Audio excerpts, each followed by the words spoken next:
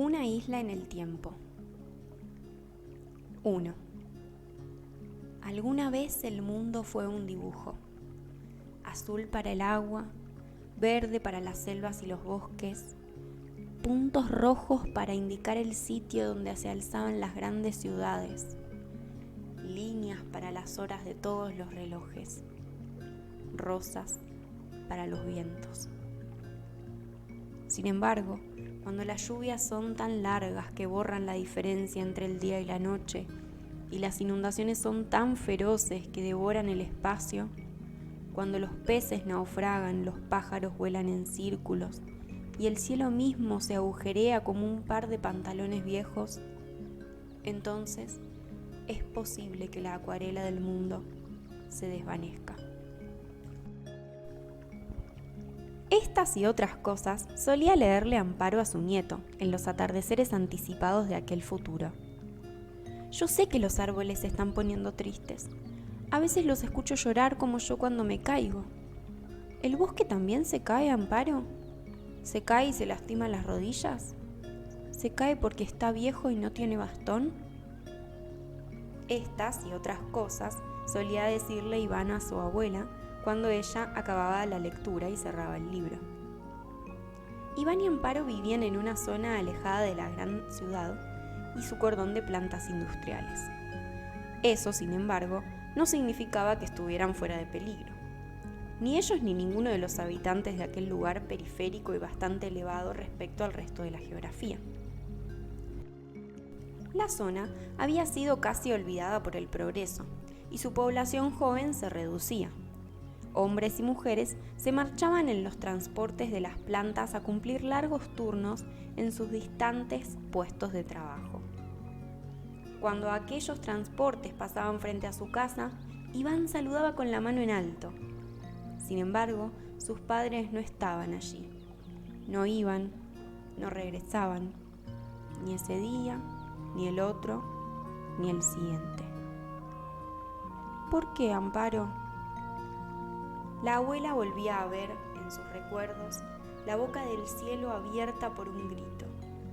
Volvía a escuchar aquel estruendo, como si en vez de estallar la planta de biocombustible, estuviese estallando su corazón.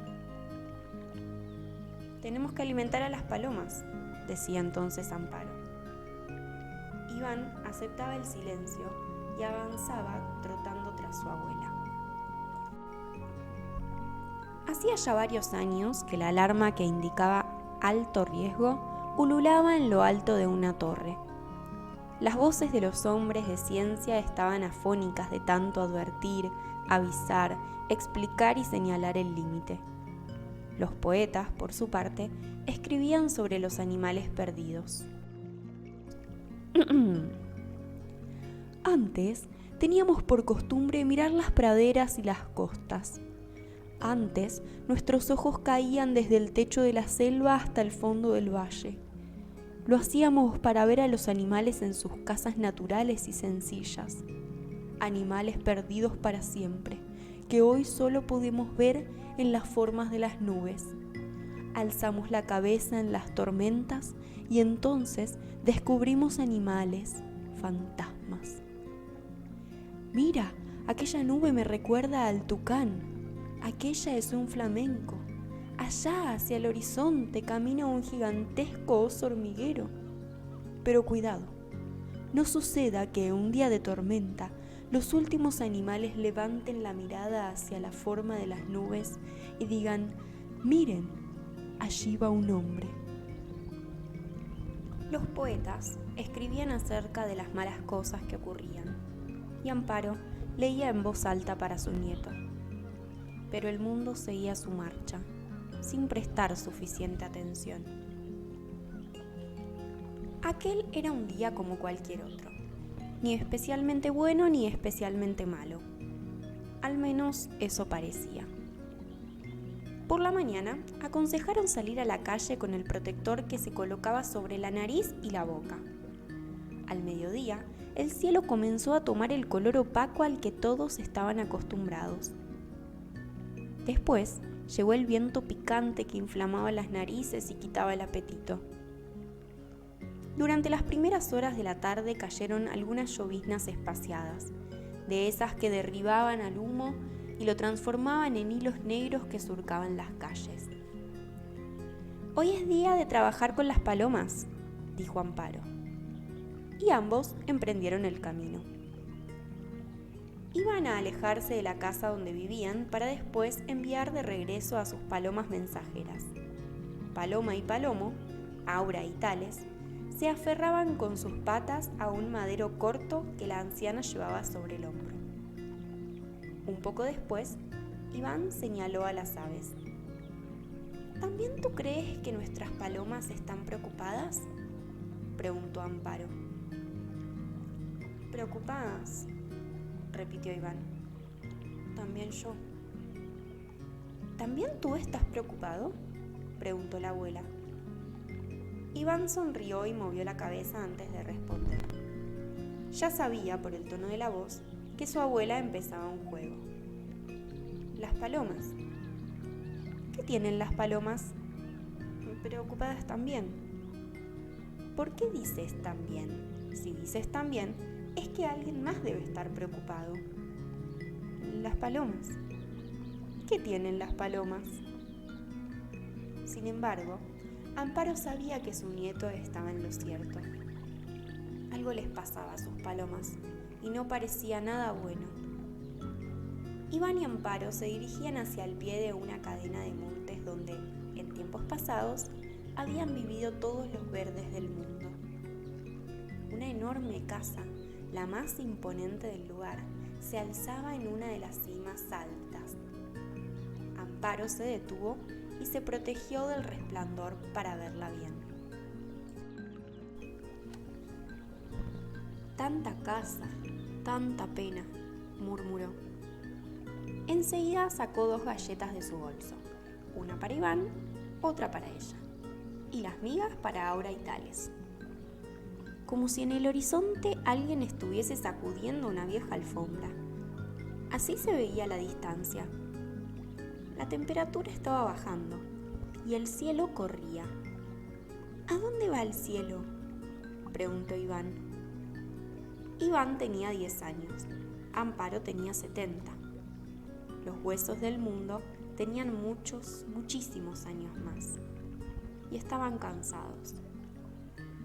Para llegar al sitio elegido, abuela y nieto caminaron hacia el noreste a través de un paisaje donde se mezclaban partes de maquinarias en desusos y espacios de vegetación amarillenta, charcos de lodo aceitoso y antenas poderosas. «Nos detendremos aquí», dijo Amparo. «Falta». Iván se refería al recorrido habitual que iba más allá de la casa importante en la cima del monte. «No lo creo», respondió la abuela. «Mis piernas dicen que por hoy es suficiente». Pero sus piernas no eran las responsables de su decisión de detenerse antes de tiempo. Se trataba de algo que le susurraba su corazón.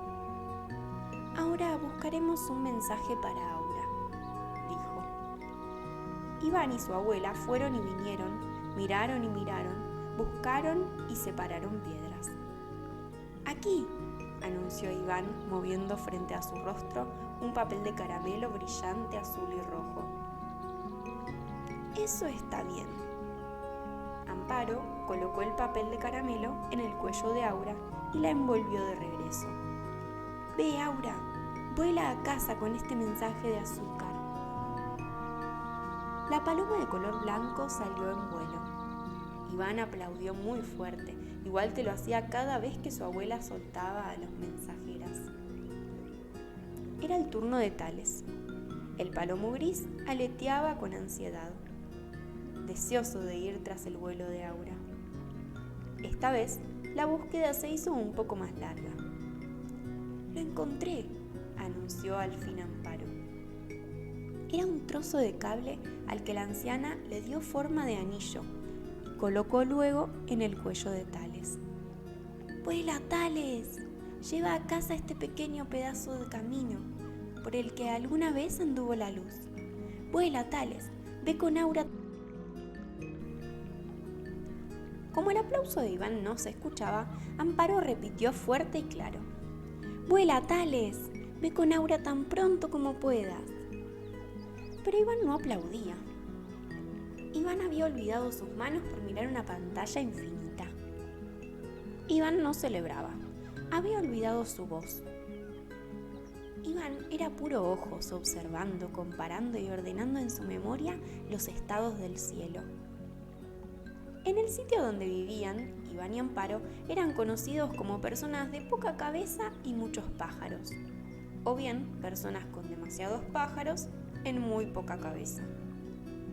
Esa anciana, con su manía de criar palomas mensajeras cuando los mensajes viajaban tan rápido como los pensamientos. Una buena mujer, decía la gente, que se hizo cargo de su nieto después de la explosión de la planta de biocombustible. Pero qué forma de desperdiciar el tiempo en costumbres inútiles y anticuadas. En cuanto al niño, el pequeño Iván es... La gente se ponía nerviosa. El pequeño Iván tiene... La gente siempre terminaba escogiendo una palabra inapropiada. En cuanto al niño, el pequeño Iván es... El pequeño Iván tiene... Pobrecito.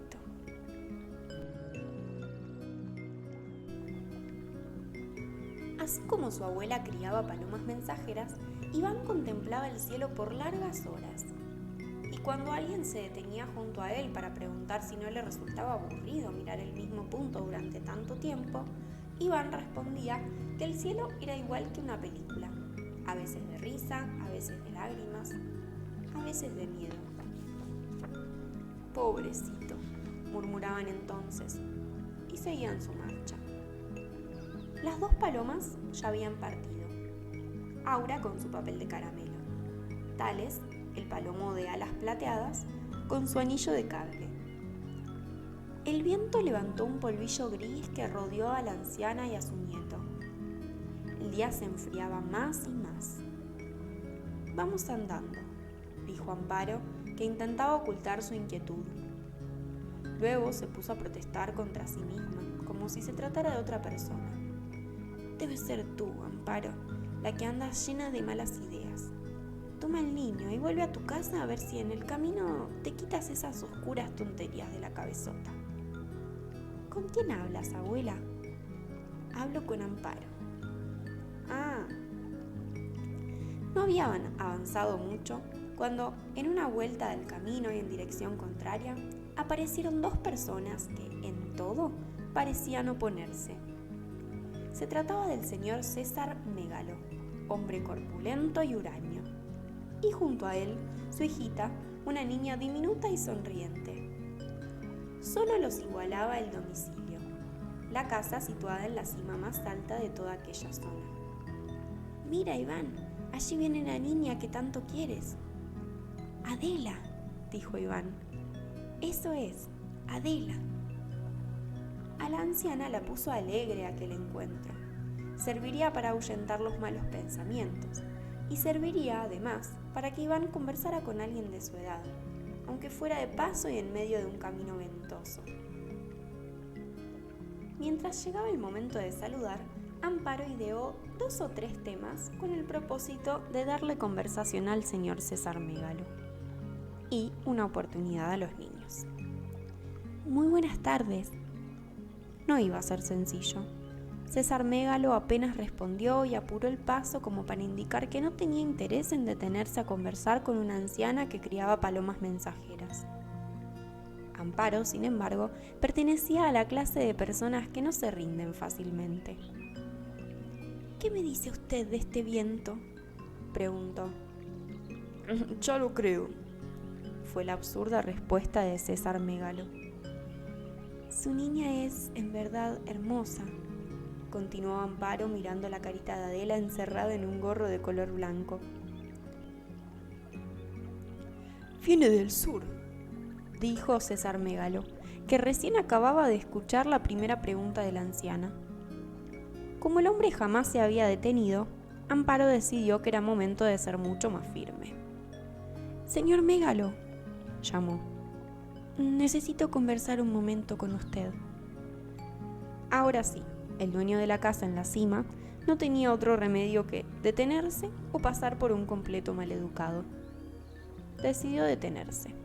Al fin la conversación sería breve como un estornudo. «Está bien», respondió una voz debajo del bigote. Amparo tomó a Iván de la mano. «Ven», dijo, «saluda a esta linda niña. Cuéntale de nuestras palomas». Adela, la diminuta hija del hombre corpulento, sonrió a modo de bienvenida y extendió su mano chiquita. Pero el saludo quedó atrapado a mitad de camino, detenido por la mano pesada y venosa de su padre que, con el mismo gesto, la atrajo hacia él. «Y bien», Amparo trataba de ganar tiempo. «Verá usted», miraba de reojo a su nieto. Iván intentaba acercarse a la niña.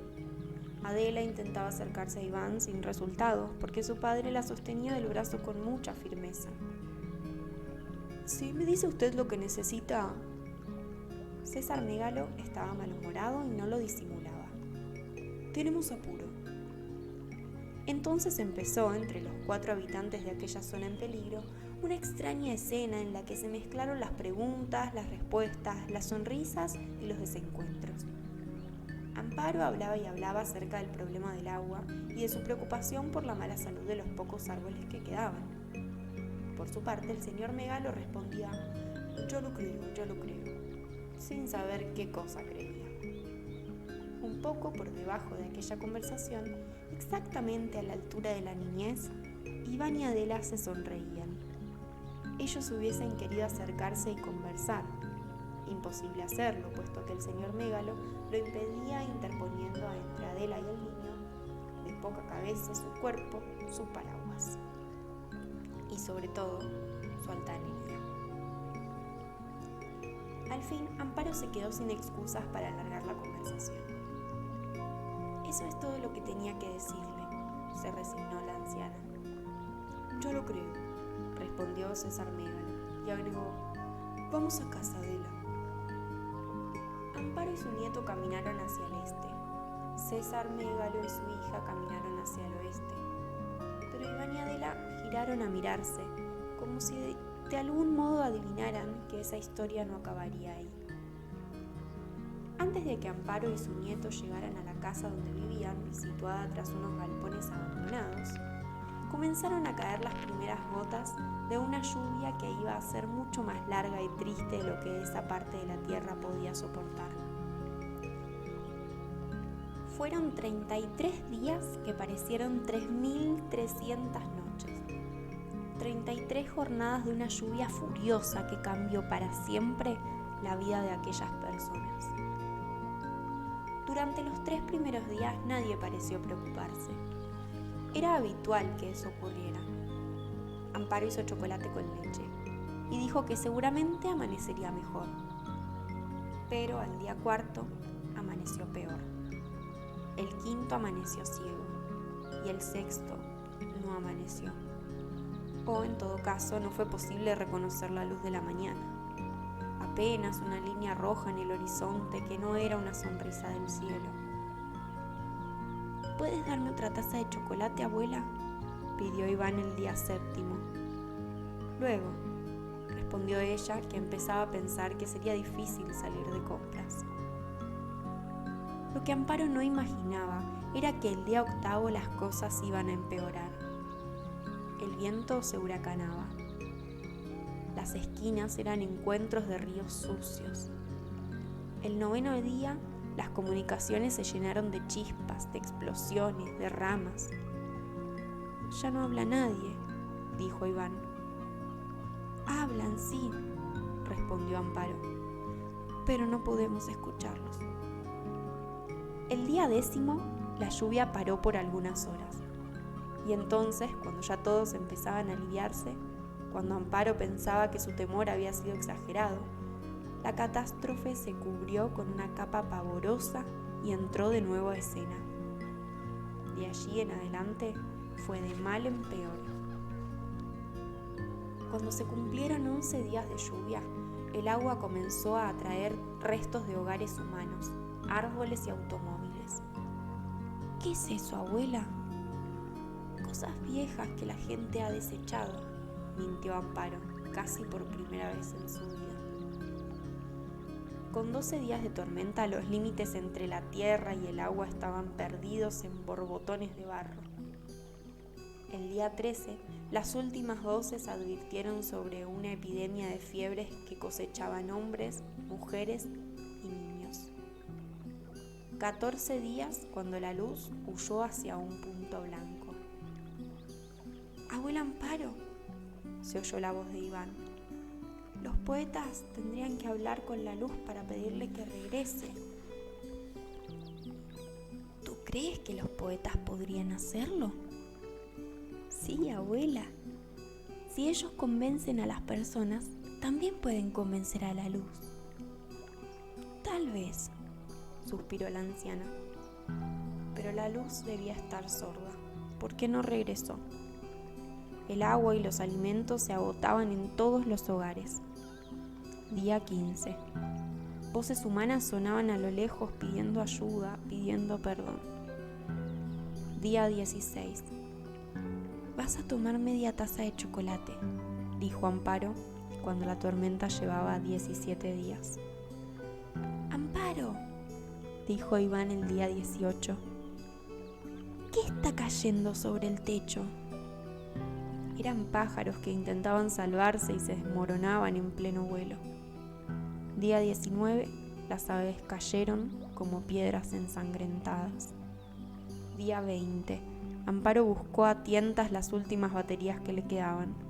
La anciana se sentía débil y agobiada, pero miraba a Iván y decidía que nada iba a lograr que enfermara, y mucho menos que muriera.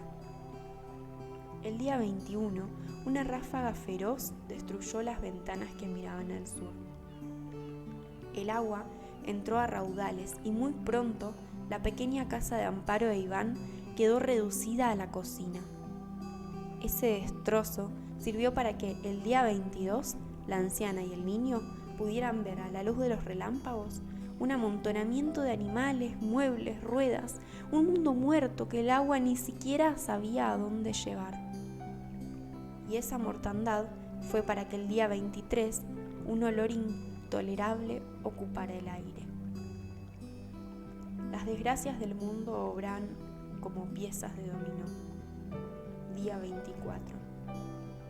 «Tengo hambre, abuela», dijo Iván. Día 25. «Parece que esta vez me han vencido», murmuró la anciana cuando acababa el día 26. Armó la mejor cama posible. Juntó en un cajón forrado con hule las pocas provisiones que les quedaban y se acostó junto a su nieto. «Ahora voy a contarte un cuento de verano», le dijo.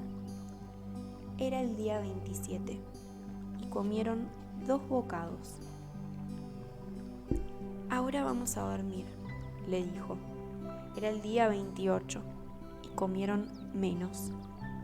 Día 29. La basura flotaba alrededor de la cama donde la anciana y el niño ya casi no hablaban y apenas podían tragar. Día 30. El colchón estaba empapado de agua negra. «No tengas miedo, Iván». 31. «No tengas miedo, abuela». 32. «Mejor vamos a dormir un rato». Día 33. La lluvia y el viento cesaron de pronto. El cielo se aclaró. Descalzo y aterido, Iván se levantó. Caminó sobre la basura mojada. Llegó hasta la ventana de vidrios rotos. «Abuela», dijo, «alguien viene a visitarnos por el agua». Amparo abrió los ojos.